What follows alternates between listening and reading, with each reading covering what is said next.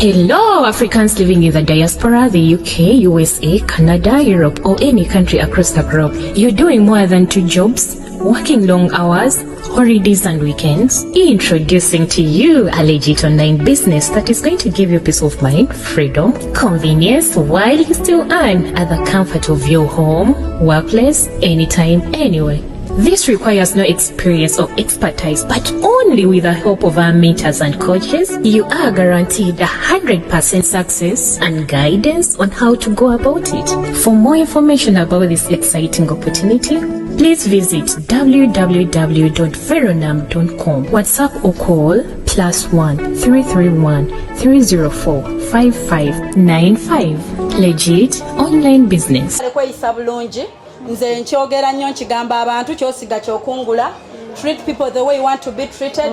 To expecting a love nga gwe togiwa balala. Banange nze mu binjagale gw'obyagaddaani. Banange mu ngabire ogabiddaani. Gamba lamusizza mwebale byonna. Njagala kwebaza mikwano gya Jowe gyonna egiri wano. Mwebale nnyo mwebalire ddala mwebale kumwagala. Assalamu alaikum wa rahmatullahi wa barakatuh. Banafa abalala benzikiriza endala Mukama yeebale batuusa ku lunaku luno. Amannya agange nze Joweria namigadde. Mama wa Joweria omugole kati. Opishifana kawombe. Bannange nsanyuse nnyo mikwano mwebale nnyo nzaani bannange. Simanyi neyanza mikwano mwenna. Speech yange egenda kubeera nga teri organized nnyo mujja kunsonyiwa naye essanyu lye nnina baneryamu okiwagonja nzaani Jowe waabwe. Bannange mpisa bingi naye Mukama Katonda abaddewo ku sayidi yange n'abamu abambeereddewo.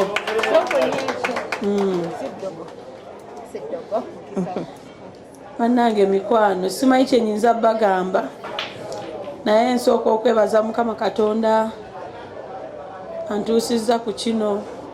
Sijja kwogera nnyo ku byamawulire naye nja byogera katono abamu mubimanyi naye soka okwebaza Mukama Katonda nenzirako maama wange. Mama wange oyo si muntu wa bigambo bingi naye yandibabuulidde abandaba eyo nga nkola n'ensonga lwaki sisita nga mpita jjajja mwami sijja bumaama butagendayo mukwano. Gwe woba toyagala wulirawo bireke naye sijja kaaba mukwano. Ensonga lwaki sisita nga mpita jjajja mwami nze ndi mukazi ateesaasira. Nkola emisana nkola ekiro nkola saa meka. Kuba bagamba akajja obunaku keemanya. Ate waliwo ekigambo kitange bwe yali tannafa kye yaŋŋamba oli katika ekibiri kyaka otaayako ffenna tujja kuzikira. Ne mmanya ekintu ekyo kitange nga Mungu tannamujjulula yakiŋŋamba.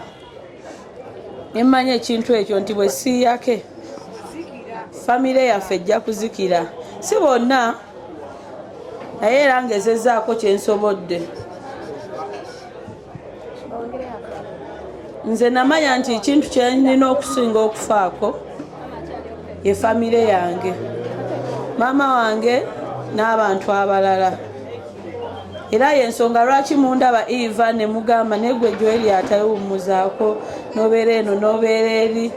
Mbonaabonera si bonaabona naye nkolera famire yange. Era y'ensonga lwaki sisita nga ze nampita jjajja mwami. Mama wange ono abulamu bwe bunafunafu alina ebirwadde bambi. Era mukyala mumulaba naye waddagala buli kaseera wampiso waki kati ekyo nenkimanya. era naye bw'aba mpita mwami we alina ensonga ze lwaki ampita mwami we naye mwebale nnyo kumbeererawo mwebale kumpa mirimu mwebale kunjagaliza wensobya kubanga nange siri malayika nkimanyi ng'omuntu nyiiga naye ate sisiba busungu ate nze ekisinga mu nze siwalana okujjako nkwesonyiwa bwesonyi nemmanya nti oyo kammute naye nze siwalana ate n'ekirala ensonga ezitantwala mu maaso siziwa nnyo obudde ge mazima njagaliza kubanga manyi Mukama Katonda bw'oyagaliza naawe akuwa manyi omutwalo ogutali gwange teguliba gwange guba gwa mulala ebyo lwaki mbyogedde nti mujjana eno Mukama Katonda anyambye ebintu bingi weewaawo kisaawa eno ndi mu kujaguza mwana kuba nakinoonya obwedda Mukama amaze nanzijukira nali mmanyi sirifuna mwana naye nga mwebale abambeereddewo mikwano mwebale nnyo mwebale ddala njagala okweyanzaako bannange nze simaye gundi speech yange tegenda beera nnyo organized naye nga kansambyeko mikwano kwammanyi mukooye njagala okweyanza maama wange yanzikiriza nkole mu mawulire nga nkyabeera ewaka emyaka gyedda akkiriza nanzigulira ekiro nengenda mubivulu nenkola yambeererawo maama wange ambeereddewo nnyo era mweyanza era kyemmanyi nange simuswazizza nange ngezezzaako mubeererawo neyanza famire yange bambi mwebale mwenna baganda bange Amina Faluku Siri n'abalala Mungu beyajjulula bamulamu bange mwenna mwebale nantegedde mugezezzaako okungumiikiriza ng'omuntu neyanza nnyo basenga bange bamama bange abalala abato emikwano ku kyalo mwenna mwebale banaye ejjana eno gye ndimu ey'omwana tebadde nyangu abamanyi babimanyi sijja ebyo byo bigenda mu byo naye Mukama amaze nannyamba nenkifuna katusabe era kibeerere ddala bulungi bwe kityo kuba bannaye mbabuulireko waliwo omuntu yangamba ekintu naye nange nakiraba osobola okugira abantu n'oyamba tetugaana n'osanyuka bannaye nze si kwewaana oba ki naye nze ndi muntu mugabi abamanyi bammanyi era famire yange bwe mba naye akatono nkawa osanyuka ng'owadde abaana naye waliwo omuntu eyangamba oliwulira otya nga mboowa mulimu omusaayi guli gwe weezaalidde era waliwo abangamba mbu bwe ndizaala omwana owange bw'abalala njabba kyawa biki nedda tekisoboka manyi nabo baana bange baganda bange bonna balisigala baana era nsaba bambi omwana bwe ndiba muzadde mumunjagalire abeere mwana wammwe mwenna omwana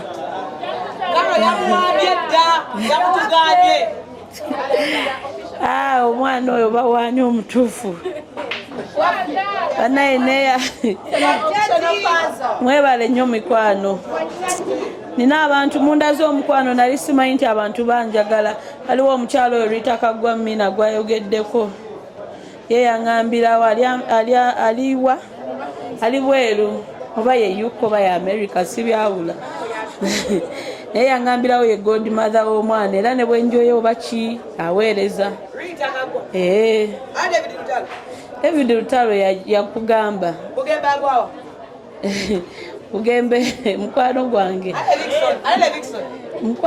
naye David Lutalo yagamba ye godfather w'omwana mukwano gwange naye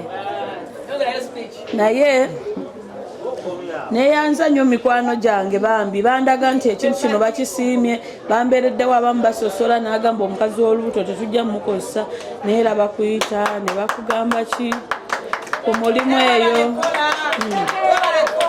amina ku mulimu eyo munjagala bannange imikandisi tewali kiba kirungi tewali kiba kibi naye nzikiriza nti ku office ninayo tewali wabeera perfect naye kyemmanyi wabeerawo era abantu boolaba nga bafuula wokolera ewalungi okubeera imi weebale mukwano njagala Jose Naji presenter wange munange weebale nnyo ddiya onjagala nnyo annange mu mawule nasangamu emikwano ne mukwano gwange bansonyiwa omwogera naye ngenda mwogera omwami ono gwe bayita wikiriifu ne mukazi we bannange wikiriifu anjagala naye maama akimanyi wikiriifu ntambula naye ekiro bw'okwata kamera nagamba bambi tokwata omwami ono oyo yenfanfe wange mu mawulire gwe nnina n'omwami omulala bamuyita ambasada oli wuuli bambi bambeererawo ne bakwagala ne bakube banenandaze nnyo naye nina obbakoonako kubanga muli bakwano bange mujja ne muno nsanzemu abantu bangi nnyo nnyo nnyo nnyo nnyo naye banjagadde funye abayimbi bannange bemumanyi temubalabye wano naye nga mukimanyi kuba mubeera ku mikolo Levikson Bugembe Lutalo Irene banekusaasira Papa Misachi abayimbi Menyani Ndekani Baspice Barema Namakula nga banaye bakusembeza ne bwe bagenda kola ki basooka kubira ate we bakubira bakuwa ne kasente naye ebirawo babiwereza sente ezikoze omukolo guno bazikoze ate bambi tebenneekanyiza bwe babakubidde amasimu nti nze bambi barespondi nze mbaagala nnyo baddiya bangi alemwe waliwo omukwano gwange yeka mwogereko era nkitereeze bambi mukwano gwange naye tabadde ewa abadde alina okubaawo bamuyita Walukaga Mathias kati oyo enkya mugende mumuwagira alina ekivulu aye bannaye mwasiruwala imi bambi wali mukwano gwange mu konsati ye mumuwagire bambi kalenda awo abadde bambi naye alina okubaawo naye olwa konsati n'agamba tasobola labika mu bantu naye nga yaweereza ke yasobodde obuweereza bambi nina abantu bangi abanyambyeko naye jane yange ey'olubuto yo ebadde nzibu nnyo nanoonya omwana nambula mama nga abimanyi n'abantu bange mukama eventually nanzijukira banaye mbabuulireko mukole ebintu nga temusuubira mukama katonda ajja baddiza kwanze naye nakivaako agamba waayo oba ndituuka nenfuna ne surrogate mother oba ne adoptinga naye mukama eventually munaye nampa omwana nanfunisa olubuto kati ngenda funa akaana ka industry akaana industry era bannange kati mujja ne yange eno nga bwe mbadde mbabuulira nasangamu emikwano egyo gimbeereddewo bannange mulabye omukyalo oyo Caroline Maka tuvudde wala ku spark eyo tebibadde byangu abimanyi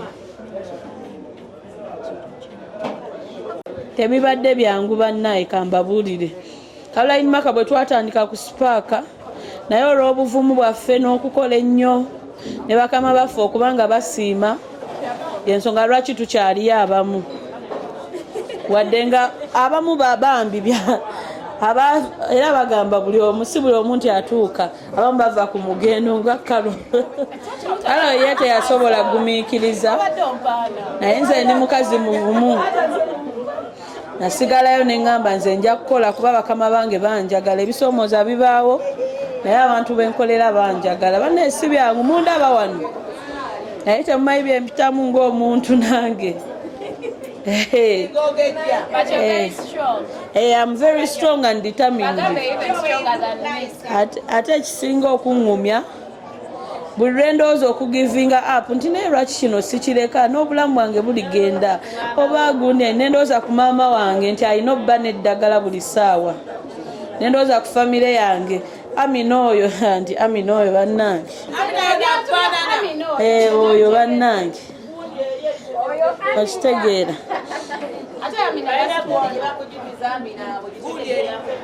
Amina edda nga ntandika amawulire yampa kamera ye yajogerera bingi yayogerako bange yampa kamera naye kamera ndowooza mina tekuswaziza gye wampa munnange era singa obadde osobola ndowooza nimpadde n'endala naye ate kati tokyasobola kumpa nze nina kati babangu kuwa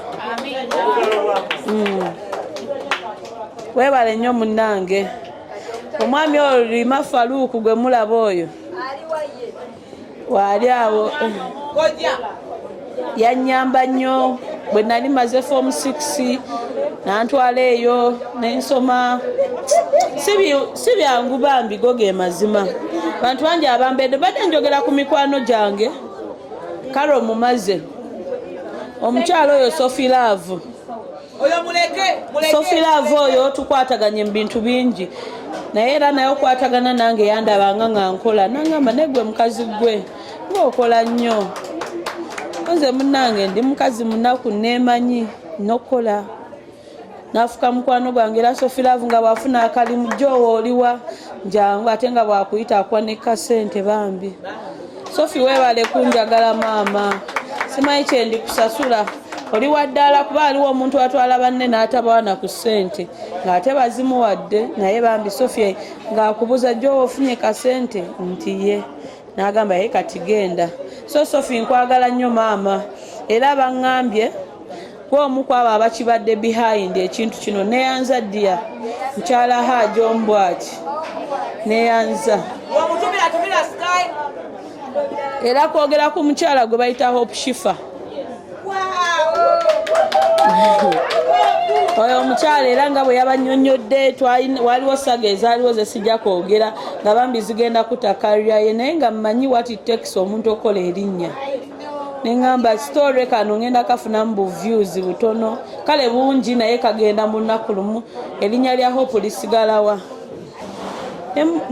nenkubira omuntu oyo yali ampa story nemugamba oyagala tereeza byakyama oba oyagala kufiiriza Hope naŋŋamba byombi nemugamba mpuliriza tukoleko kimu tutereeze ebyasoba naye Hope musonyiwe kulwange eno nga simumanyi nenkubira Hope bambi na respondi nga naŋŋamba munnaye nemugamba Hope nze ngenda kuyamba yali amanyi naye nga tayogerangako nange naye nga ndaba bulabi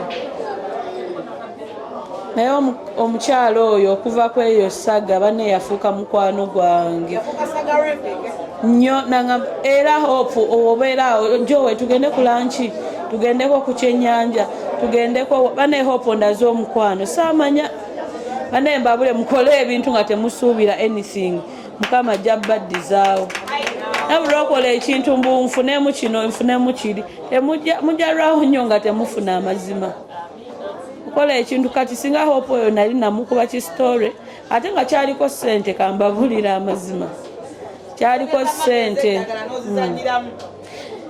Hope teyampa wadde 10 ate era nange saamusaba naye namugamba ngenda kuyamba tutereeze ebyasoba ne kati byenfunyemu bye bino mikwano kunjagaliza kumbeererawo bana ebintu bingi nnyo simanyi abantu bangi mundeze nina bakwano bange abafuka bakwano bange ng'ogyeko abayimbi oyo kojja Kimbo watumaze naye emyaka 10 nga mukwano gwange nnyo yandabira wa Pastor Iga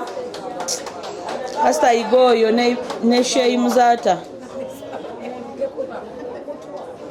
nga tebannafa be baali banfanfe bange mu mawulire naye Mungu yabajjulula nalisibwa byo omwaka ogwo kuba gwali gwegumu ne kojja Kimbo yandabanga neyiga ne mutandika omwagala nafuka mukwano gwange nekola ki ambeereddewo buli kyawulira nti kya Joweria ajja senta mpa ne bwe mukubira mugamba ko omanyi leero ndi mwavu Joweria naawe obeera otya omwavu n'akuweerezayo 10 n'akwaya 2 n'agamba nsanga wano waliwo lwe yankubira n'agamba Joweria jangu ku estate yange manyi yagulaawo ekigwo awo ku Serena wonna ewuwe n'angamba Joweria jangu neninya boda Kimbo mugagga si bwe bano abagagga aboogera nga tebalina kye balina bambi n'angamba jangu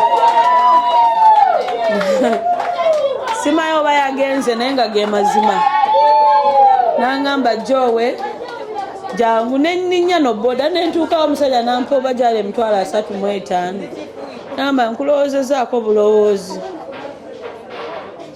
omwami oyo Frank Abawo bamuyita Timu Kawumbi TikTok nno nga bwe mumulaba yabakulira naye ekisembyeyo twali ewa Evelyn Lagu nansanga nangamba Jowe ekiki ne mugamba munnaye twazze n'okuziika naye buli lwenkwata oluguudo luno maama nga alina ofuna ekyennyanja ne lumonde nangamba tofaayo nampa ssente nengenda mulwera nengula ebyennyanja ebinene mina wuyo yabirya ne maama mina kamera kyenkola bannange ati omwami oyo Frank Abawa mbeereddewo nnyo bambi akusanga ewantu nagamba nakuyita mu baana bonna nakuza abayi nagamba Joweria inamu kasente nti sirina mukama wange nakuwa ne wobeera ewaka oba tolina kyokoze bambi nakuwa kasente bebaza nnyo mumbeereddewo mbadde mbasaba bwe ndiba nzadde omwana wange mumwagale naye bambi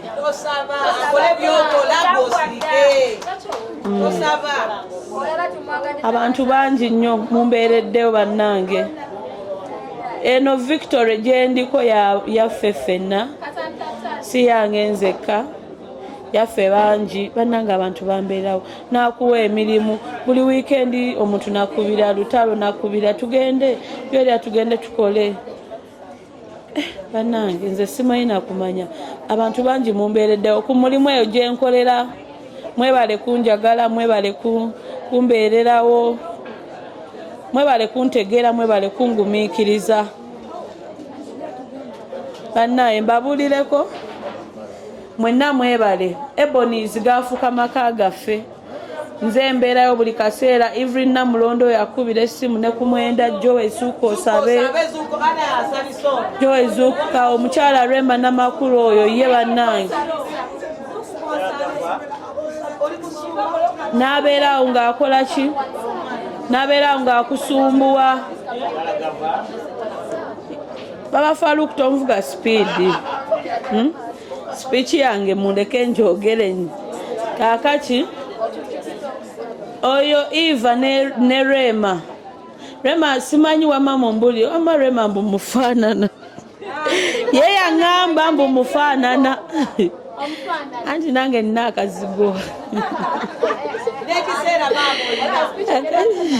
kakati Rema bambi anjagala nnyo ebirabo mbirabye bambi yaŋŋamba Jowe ngenda kushopingira ebintu nkwagala nnyo yasooka n'okusabira omwana wange bane Ebonies njagala nnyo lwaki njogedde ku Rema kubanga mumanyi Rema ne Namulondo bali bati mbadde nobagatta yamba bawula Eva yandinvumye mu kabokisi omukyala oyo Sara Gava Mami Fuzi oba Fauzi yanakiboneka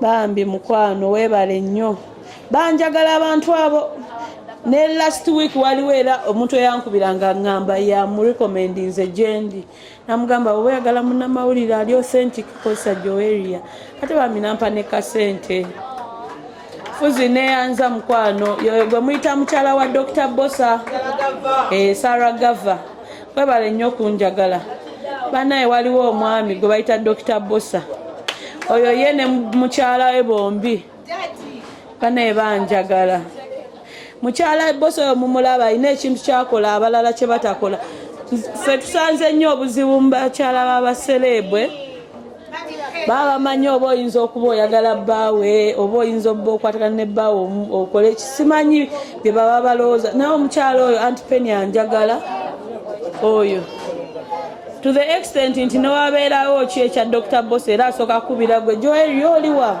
Dr. Bosa yakoze bwaki ne bwaki So Aunt Penny tusize obubaka bwange eri Dr. Bosa. Yeebale nnyo. Yeebale kunjagala. Bannange abantu banjagala. Kati oyo kabako oyo ngenda yemu kuba bukubi. Bane mbabulireko. Abantu banjagala. Nze kyemmanyi nina ekintu ekyo era ngenda kyewaaniramu. Nina favor. Ekyo kyo Mukama Katonda yakinteekako. Era buli lwe ntambula bwe nti ngamba Mukama Katonda nina ekyobugagga kyewampa ye favor. Naye nga nnyiiza nange ng'omuntu naye mbagambye si walana bitankwatako ebitanzimba sibifaako n'ekirala nze siyingirira muntu ekyo abakimanyi bakimanyi omulimu bwe guba gwono ssente bwe ziba zange siyingira mutwalo gwo nga nze manyi nina ebiri gyange. Okaaba nkaaba kubanga mama wange yaŋŋamba okaabamu naddala ewantu nga si wammwe okaaba munnange n'osirika kujjako ewammwe oyinza okulaga ku busungu kubanga bali b'abantu bo naye gy'otamanyi munnange.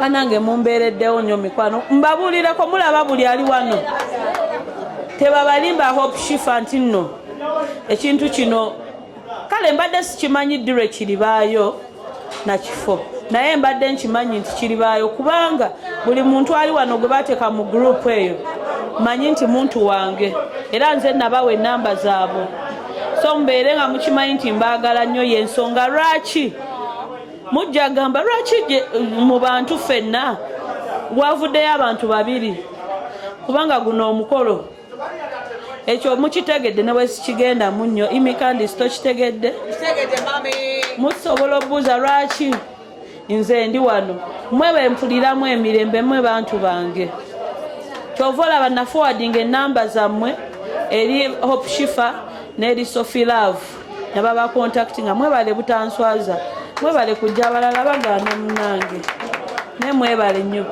ambuze mulidde munywedde kubanga bonna nze simanyi sinnalya naye saagala kuba essanyu lye nnina lyamwoki wagonja banaye tugendeko ku kyalo gyembeera nze banaye speech yange nabagambe teri organized waliyo abantu abaatuzaala nga bafuka bamaama baffe maama Niko omukyalo naali ne maama anjagadde nnyo okuva buto nali best friend wa mwana we Catherine mu buto nanjagala era njagala mama nanfuka mukwano webale kunjagala otuleze onjagadde wasuubiza n'okulabirira omwana bambi webale nnyo mukwano nina senga wange omulungi oza yanaabeera senga ow'ensonga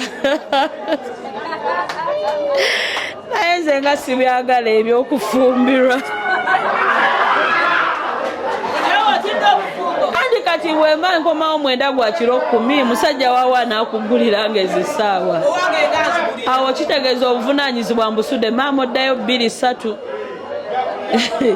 nze nzirayo ne 10-11 senga mukwano saawa yonna omwami agenda kujja nkusuubiza ate gwe era ojja kubaawo nga senga ow'ensonga nadde njagala nsooke nsekiwalinga omulimu sekiwalinga akaana kange kabeewo awo ndabe eby'omwami kubanga n'abaami b'ennaku zino ayagala muntu ng'alina waali alina kyalina ne waaba agenze nga mmaye omwana yetajja bonaabona bana emikwano gyange munjagadde omwami yo kabaka eyakatuuka tuyise mu bintu bingi ane kabako omukwano gwange ne ku birthday gye nasooka okukolera maama wange kuba yali akumeka baafaluku nzijukizaamu yajja bambi n'ayimba mama n'agamba bannange ayimbye naye nga binsita amatu ogwo gwe mukwano kabako bw'alina gye ndi kabako webale nnyo okunjagala munnange ne mukyalawo ddumu nate abakyala b'abaserebu tebasangika nga batwagala batulabamu embeera ziri ate ffe ze tutaliimu naye mwebale nnyo okunjagala mbadde simanyi munnaye nti onajja mwebale nnyo okujja Dr. Bosa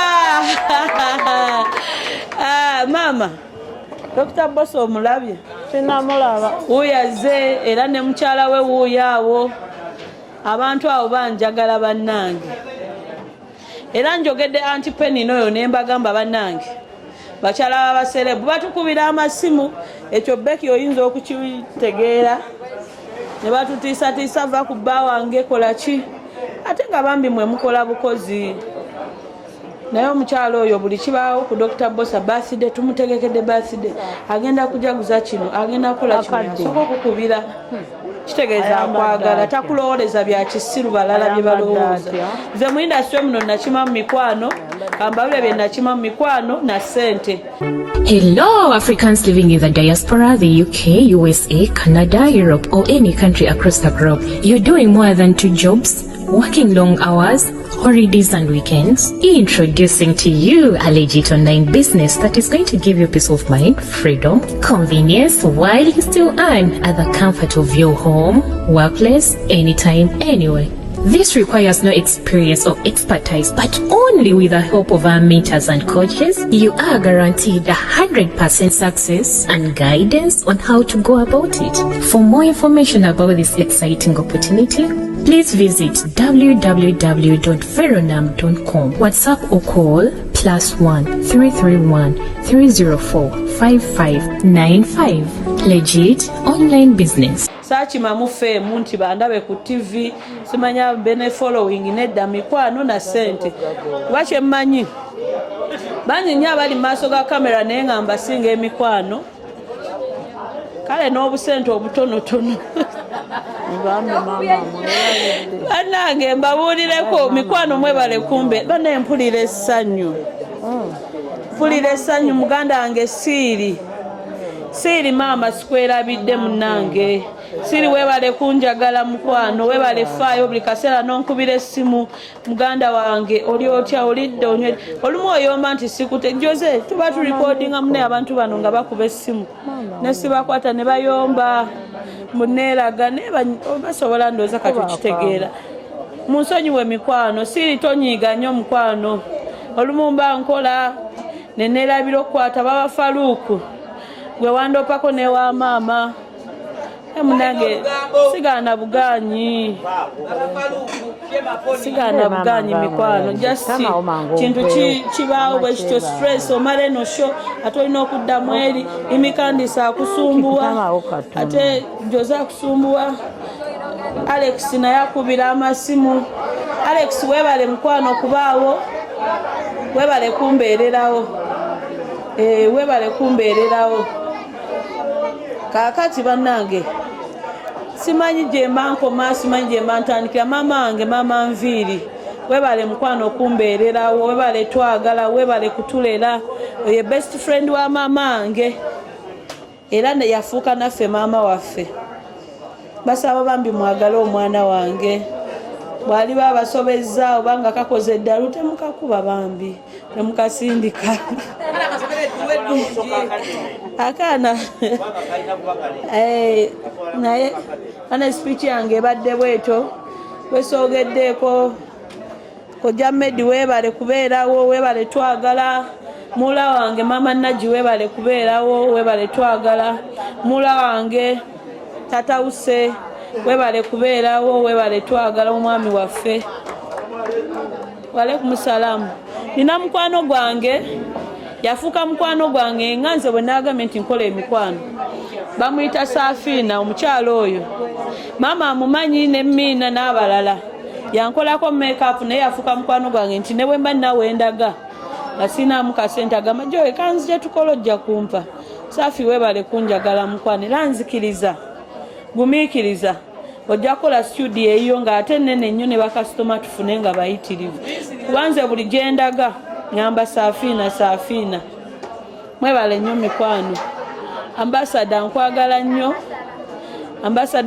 nnyo Wikirifu nkwagala nnyo n'abalala banne mbaagala Hope Shifa webale Dia Sophie Love webale nangani gwe soogeddeeko mikwano abeeka abantu lolika mwenna Beki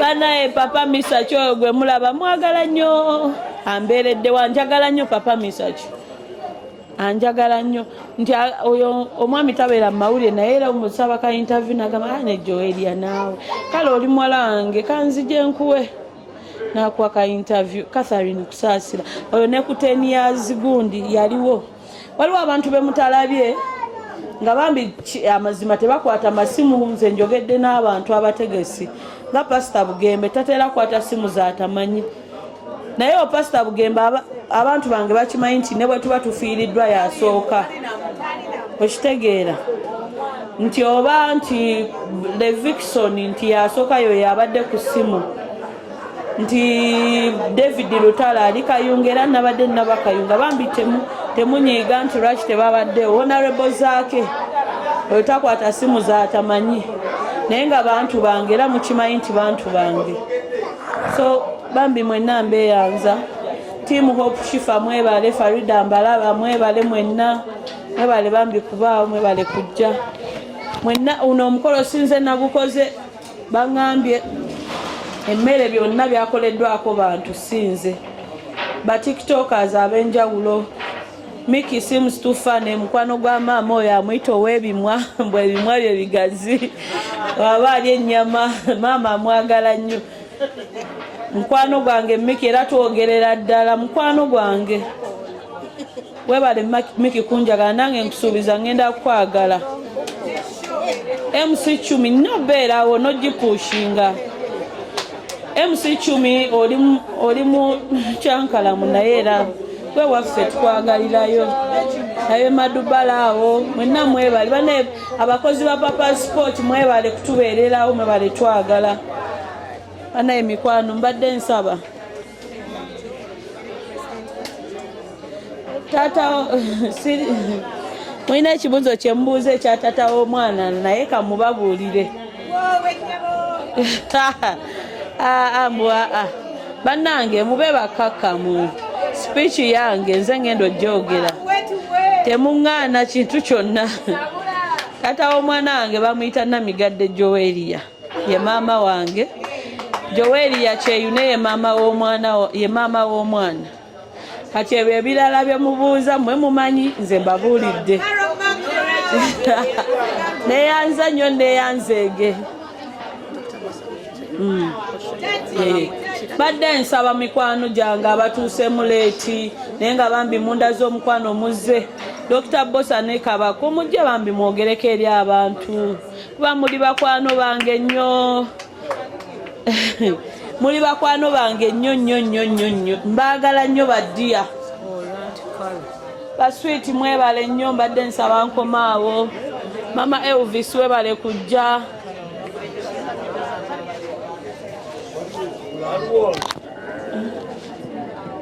oyo mukyala bavudde wa Rita Kaggwa yabasindise bakole decoration n'ebirala mwebale abaana bange Ashiri mulaba Elvis nyamba baswiti neyanza nnyo mwenna bwe tutyo mikwano tusemberedde ekitundu kyaffe ekyokuna ekiggalawo baby shower ya Jowe twanyumirwa mwalimu ekyokuyiga twalya twanywa twakuba dansi naye nga wano wotulabira bwe tutyo abayimbi nga bwegambye omukolo tunaatera ogumaliza naye abantu ab'enjawulo mikwano gya Jowe bakyajja buzi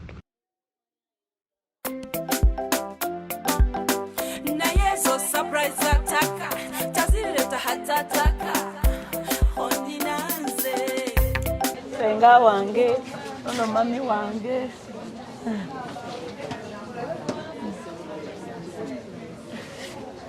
Sophie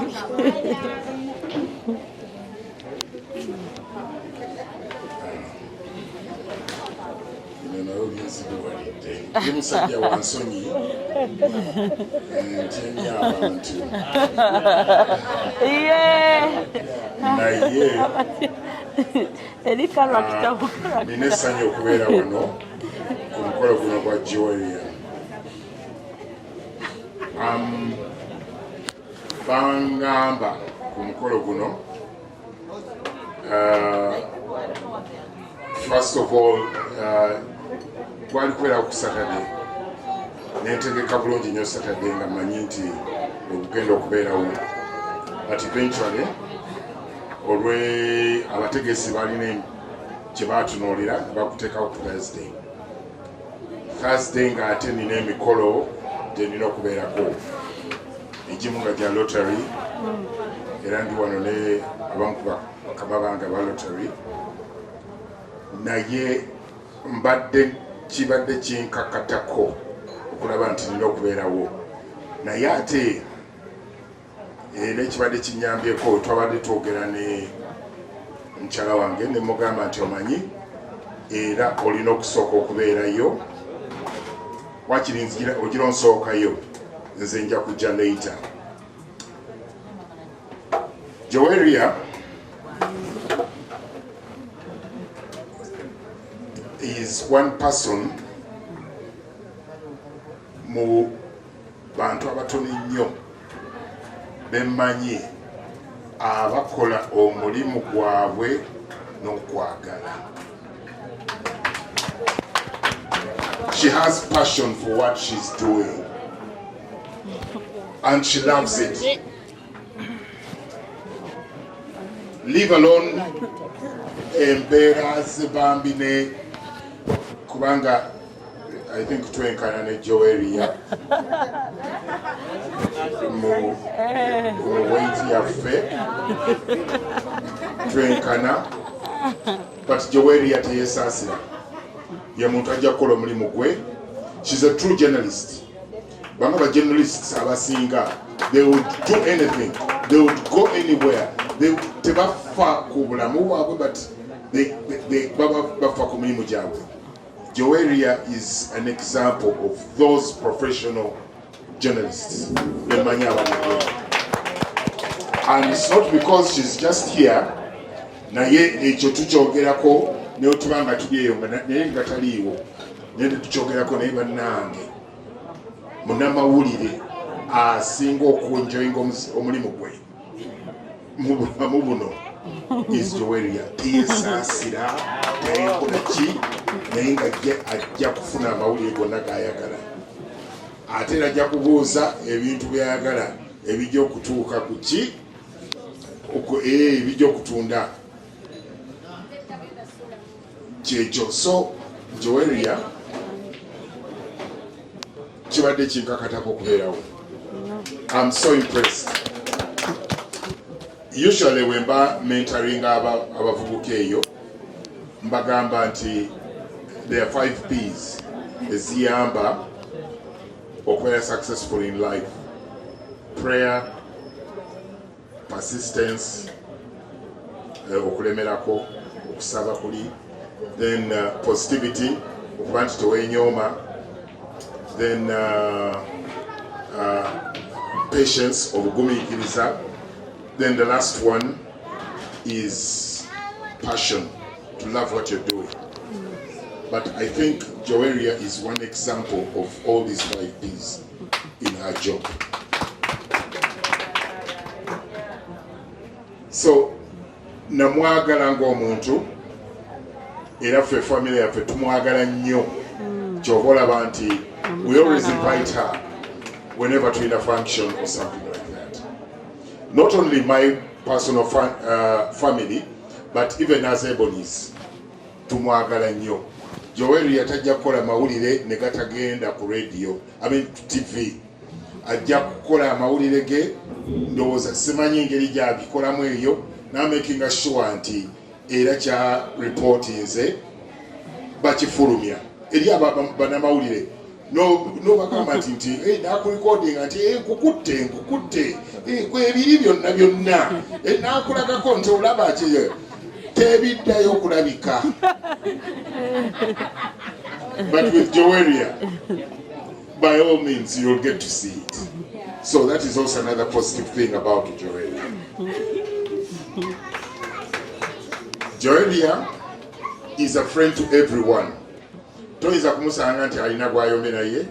Toyinza kumusanga nti alina gwa. She knows how to handle her life so well. Kyova olaba nti bakyala bange bombi bakyala bange bombi babaddewo wano. Nina mukyala wange oweeka n'omukyala wange oweku stage bombi bazze olw'ensonga eyo lwakuba nti ki Joweria tewali era batudde wamu tewali tebeerumangana. It's because of Joweria. So that is also another good picture about Joweria. Joweria yampita ku what was that function? 10 years nga celebrating 10 years John sasobola nali wala nnyo naye of course I called her naye kyanuma okuba nti sasobola kuja nangamba nti naye walize nolaba ne ku maama wange leero nsanyuse nnyo okulaba nti nsobodde nebaza abategesi okuba nti bambi ne maama we musobodde okumuleeta wano. Mami weebale kukuza mwana ono. Omwana ono ayagala omulimu gwe nga bwenjogedde ate mukozi nnyo era namugamba the last time I talked to her namugamba nti Joweria, just be patient, but I know you are going to be one of the most outstanding journalists in the country. Let's just give it time. We just give it time because she's a person who sacrifices omuntu ajja okuwaayo obulamu bwe akole kyonna kyonna okusobola okuba nti omulimu gwe gutambula bulungi. So ebintu bino mbadde sibyetegekedde mbadde simanyi nti naayogera naye nensanze nga nina okwogera. So just next to me is another Rotarian, bamwita Rotarian Ivan. Ffenna tuli ba Rotarians tubadde tulina emikolo gye tubaddeko naye mwebaza okuba nti naye akkiriza kubanga mugambye nti omuntu gwe ngenda oku function gwe nyina okubeera ku function, she's very important with my family. So nagamba nti kale nja kuwerekerako gye. So weba nnyo Ivan nawe kubeerawo. And can we continue enjoying ourselves? Joweria, we wish you the very best. Oyo mwana ajja kuba mwana waffe, tujja kuba tunaffe tuli part of her, of her. Wagenda n'okebera? Osala musika? Manna, wali mugezi? Wali mugezi wamma? Okay, no Rachel. We shall be part of his life anytime. Just be in contact with us. Tulebe nti era kati tulinze olunaku bwe tunajjula ebintu byonna byonna tusanyukire wamu ate tucelebrate. Webali ddala. Mukama akukuume ebintu byonna bitambule bulungi. We wish you all the best. Tomu nga omumaze okumuzaala nze nina okusooka okuwa erinnya nti ndikuumye wano oluvaayo bw'ati nze mukwasa erinnya eryange abalala banaayogezaako agaabwe. Tuba tuli awo Roden Wike hashtag kabako omwami wa ddumu nawuyo ng'ayingiddewo bannange ate naye n'alyoka atuwa vibe bitya n'atukubira ddala. Oba tukube mwendo mwana oyo tota atyemukko. So bwe tutyo n'atuzirisa ku mazina awo bannange nga si mangu amazina ga kabako ebanga dduyiro yennyini. Omanyi mwana musoke mwekubiri ku ngalo alhamdulillahi rabbil alamin abalamu kasokere ddala obatolera ku salamatullahi taala wabarakatu mwenna mukiddemu ebusemu ati nzenva butambala eddiini yakubira ddala. Salaamu alaikum warahmatullahi taala wabarakatu. Sebo nze nasomako olwalabu nziruka sipidi nkozesa yakiri musoka mukubireko ku mwana ono engalo. Saba Allah kwa buli kyosinga okwagala. Nkulabidde emyaka mingi tuyise mu bingi naye ate nze nasooka nentegeera byepiseemu bikyali. Mumukubire ku ngalo bannange. Mpulidde Dr. Bosa ng'ayogera emboozi nti ono ye munnamawulire atatiitirira amawulire agateekayo mbu waliwo abamanyi okugamba ojja galaba ku mukaaga ago n'ogalaba ku ssimu naye mumukubire ku ngalo muba mugalaba. Mukubire ku maama amuzaala bannange mukubire kengalo. Omanyi maama ogenda kuba maama mubakubire ku ngalo eno family mugikubireko engalo.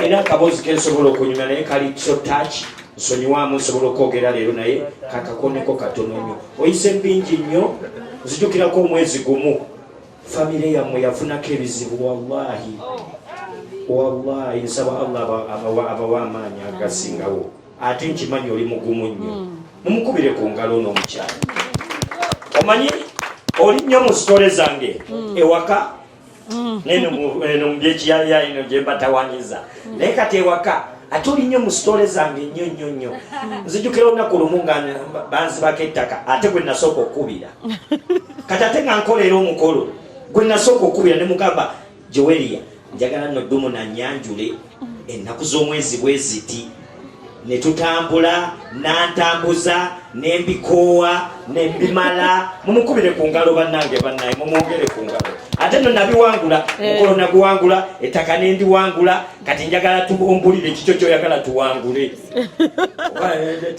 mpuliddewo wali emboozi mbuyogera ani nyini ne pulogulamu egenda maaso naye nebaza katonda nti nakolagana naawe nebaza nnyo nti nakolagana naawe nebaza nnyo n'abakolagana ne Joweria industry eno abamu kuffe mikwano gyaffe n'abalala waali ono omwana waali mwana wooli webale nnyo waali mu buli kasonda konna lumu olunaku olumu nali mu covid munsonyiwemu nange njira nenyumya mu kumboozi yange yange kati lunaku lumu tuli mu covid omwo akaluka akaggwa kati nange nagenda ewa principal omulaba Joweria ono takkiriza kati banyingira ku gate tebakkirizayo kamera ngenda okutulula bwenti ng'omuntu gwendabako ye Joweria nangamba mbuno tugende ko bali ayina kamera koze talina kamera netuyingira netutuuka munda naye nga tebakkirizayo ki kati twatuukayo munda nina kakyali kange kemba nako babeera bakayalina buli kaseera bakayita tabs namugamba kwata ebyo ebintu obisindikire era nkeera ngenda okulaba ebintu ebyo nga mbiraba ku TV nengamba naye bannaye Joweria baneetuukiriza webale butakkiriza abantu abasiga byabalema dda ne babivaamu manyi gye bali abamu basimbula dda ne bagenda buuza Caroline Maka abamanyi ojobuzeeko kati kwani buuza ku Hope Shifa oba obuuze ku Sophie Love obabuuze abaatiitiira baakola batya ono lumu ku mukolo yaŋŋamba kati njagala ompeyo storage koze ngikuwaddi ya mukyalawo koze ngenda kibawa naye yaddakiika nemala neneekuba nembagamba temugenda temumujjako wadde sto ngenda okulaba atakeera ku TV nga bamulumbye mu kisenge ne bamujjako story nengamba naye Joweria ono takkiriza era Sophie Love kanjogere mu kamera mulindeeko bannamawulire Sophie Love naye abeera ngamba owaye mumpeeko mu kiravulavo anyonyeko nimbuuza ekiravulavo anaabagamba ki mbwagumye ku bawala abagumye ki abawala bakimanyi abasajja baakola ki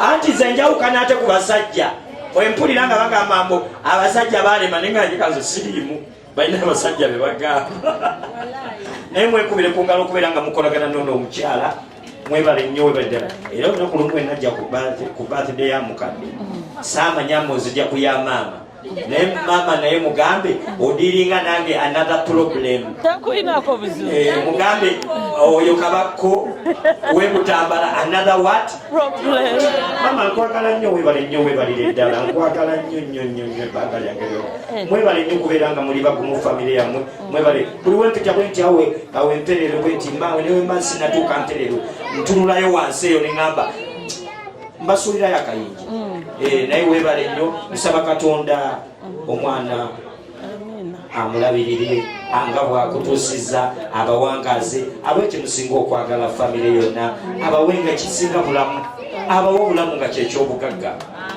amiina nnyo salamatullahi taala wabarakatu batuli awo Dr. Bosa n'agamba nange challenge kanjeyo netendeka nayingirawo netukuba omuziki netunyumirwa nno nga mukyala Bosa atudde wali afenseko ngamba mchala bosa yennyini ng'olese saala gava abasinga mumanyi saala gava.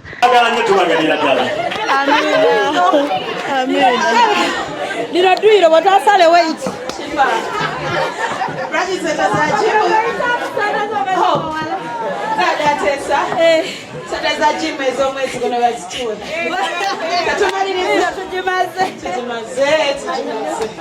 Thank you so much. Neno kabaka ine itu yayogedde nga badde simanyi kyakyabikkira kati awo otegeera difference y'aba celebrity n'emikwano okitegeera mami tulina bangi betunyumya nabo naye nga kati byadde byawalamu George yandatandikidde okunkubira eri ngaavudde mu byokumpaala but awo otegerera emikwano bagamba kizibu nnyo okukuuma omukwano wasanga omuntu ng'akugamba kulimumanyidde for more than 6 years naye ng'olaba bakyakwatagana solaba n'abafumba babagamba omuntu nga temunase tolinga mu maka sooka musooke muyombemu olabe waaba anyize nnyo abeera atya nti waaba musanyufu nnyo abeera atya so awo otegerera nti some of the friends that are here have withstood so much tukabyeko ne tuwekweka muzipakingi ne tuwekweka mumamotoka ne tugamba gundi fenna twalina ne season yiro olusirika nga tugamba nti tugenda kwogera naye okumala omwezi osanga Joe ayogedde naye mwateesezza mwezi muwalana ate yabituwalana amuleseemu we obimanyi ebyo waliwo abagizanga yenze n'ennyomba n'enyiiganya ate n'abasonyiwa nga ate gokyabirimu kale tebinyuma bulungi naye nsonyiye olulala n'akuwalanirako ate nga gwe toli mu mudu zakuwalana nga gyobaleke nga mu mutima muli tumanya nti byonna byonna mukama oyo ng'akyaliwo nze mbabuulira waliwo ebintu ebimu Jowe byatayogedde ate byebingi tetwatandikira dda ate ewasinga okuba awazibu ng'abantu abamu tebannatumanya tebannatulaba. So that fight was a bit more harder. Chobangu Gandhi at one point you're even stronger than me. Banze mnazi mani rana nyota ndaba omuntu anzijidde nnyo nga mugamba naye omanyi lwaki toyita. Ekiri bwekyange kijja kujja. Omulimu ng'obadde oyagala kugezeeko tegere lwaki baako. You know? Yeah. But I'm happy she's here. Ngaye bakugambye oyo omwana. Tujja mukuwangamu tofaayo tujja mukuwamu like 30 minutes a day like that naye ng'ebisigadde ate olina otukwata obulungi omukuwamu kyolina okweraliikirira kiri kimu ogenda tugamba bugambo ki obuwoomerera tumukuweemu kubanga ebisigadde teweeraliikirira kintu kyonna obulungi bw'otulaze over and over tugenda bukuddiza through our son. We love you so much. You love me? Maybe you want to. Katulete keki, tufune kumbani, tufune na yeso surprise ataka, tazileta hatataka, ondinanze. Hokoza birungi chenda sobi, aibine birungi renda.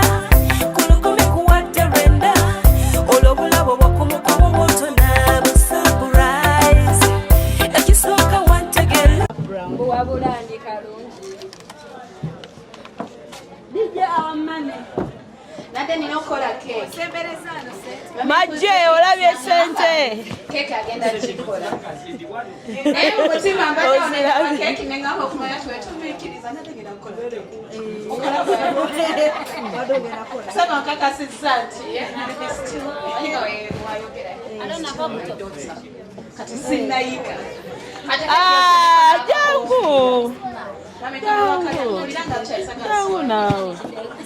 jangu naawe ngondaba oli bulungi webale siima papa Jowe mami ajala papa agenze kopo. We're celebrating Jowe. Mami tosobola bula ku mukono. Tukiriza tukutawa. On account of we are celebrating. On account of On a count of 3, Joey, 2, 1, 0. Bwe tutyo omugole n'asala keeke ate era n'agisavinga abantu ab'enjawulo ng'agenda mmeeza ku mmeeza bw'atyo n'abe yasobola n'abayitamu n'asobola obbasavinga.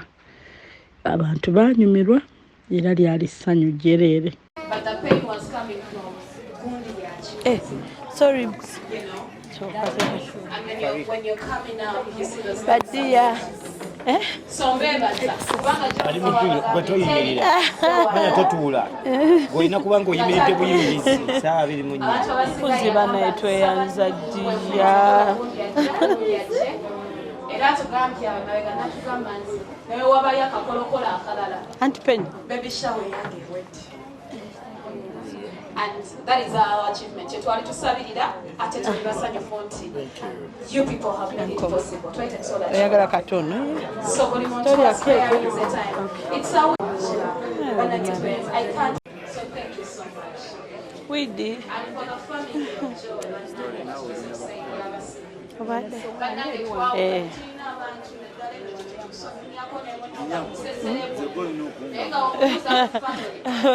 Omwami.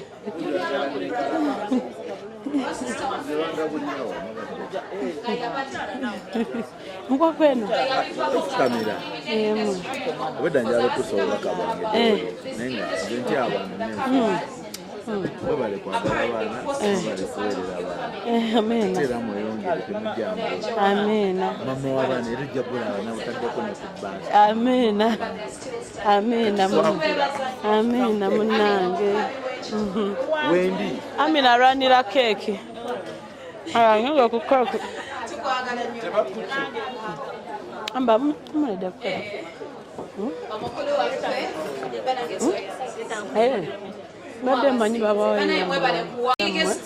happiness kyemulina okumanya fe bali mu media gyesobola badde manyi bagenda bawoova mu kamera bannange olina gwosmailingira naye wabawo ka christmas omwene wakiri nagenda ewa mami baganda bange bakoko mpeko bana abapapa kangene mbawe bali ludawo namba bani ventulyoke kangene mbawe Opo already atadde Sofia ngambye ziri ku ATM kati gwe kikyo kirinde tukwagala nnyo. Okay, nga wetu wunzika badde nsaba Patra Jeko wano Patra Okwatulla ayakoze ku ddiko otwebalize n'omukyala Rita Kagwa baye Rita kyatukoze abadde eri naye nga naye ali ku bunkenke pressure ya Rita agifunidde ku WhatsApp naye thank you so much. Where is Patra?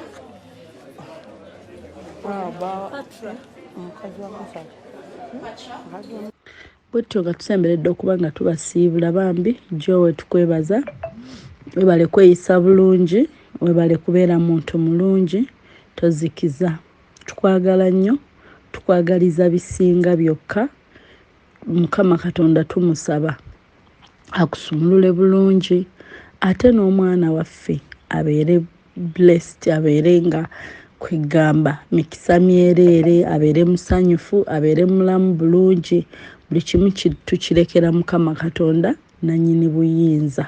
We wish you all the best and we love you so much. Na mwenna bannange buli muntu buli omu mikwano gyaffe abayimbi abatasobola kujja naye nga basindika obubaka omukyala Irene Namatovu omwami Geoffrey Lutaya omukyala Bettina Namukasa omukyala Raymond Namakula omwami David Lutalo omwami Levikson omukyala Kushona Bridals Chef Godwin bangi nnyo ddala mwenna mikwano tubasiima tweyanziza mwebale kwagala Jowe era ng'obubaka bwonna yabufuna mwebale nnyo bwenti ate ne nnyongera okwebaza mwenna abatestes abali mu group Sophie Love, thank you so much. Omukyala Rita Kagwa. Bambi tweyanziza omukyala Rita Kagwa. Nenebaza omukyala eyatutimbira omukyala ayitibwa Mulika Patra. Amina.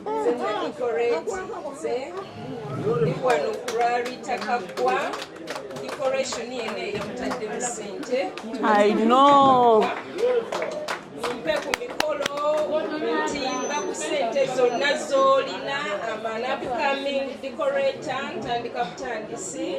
Bambi mumpagire sente zonna zolina tuteesa mujjeyo mu simu muteekemu akanamba kange 0702 Karo. 196 bambi mumpagire tandika butandisi Rita Kagwa eyansingise. Thank you. Ebaleddia mukwano. Bibadde bino. Bannange tweyanziza diko omulungi bwabikola mu budde kwegamba temwalimu kumala ate kusika muguwanga ba service providers abasinga we batera okukola. Wabikola mu budde ate nga biri smart. Tweyanziza nnyo tweyanzeege.